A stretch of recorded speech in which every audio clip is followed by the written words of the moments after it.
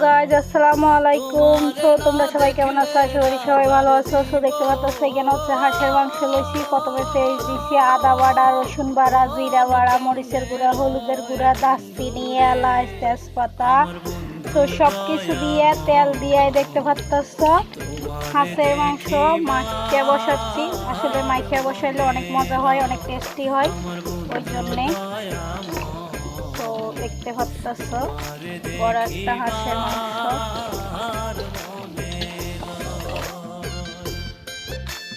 Hello guys আসসালামু আলাইকুম। তো দেখতে পাচ্ছ এই যে হাঁসের মাংস রান্না কমপ্লিট হয়ে গেছে, দেখো যে দেখতে পাচ্ছ। কদম ডালে বৈশারে বন্ধু ভাঙো কদম বেরা কদম ডালে বৈশারে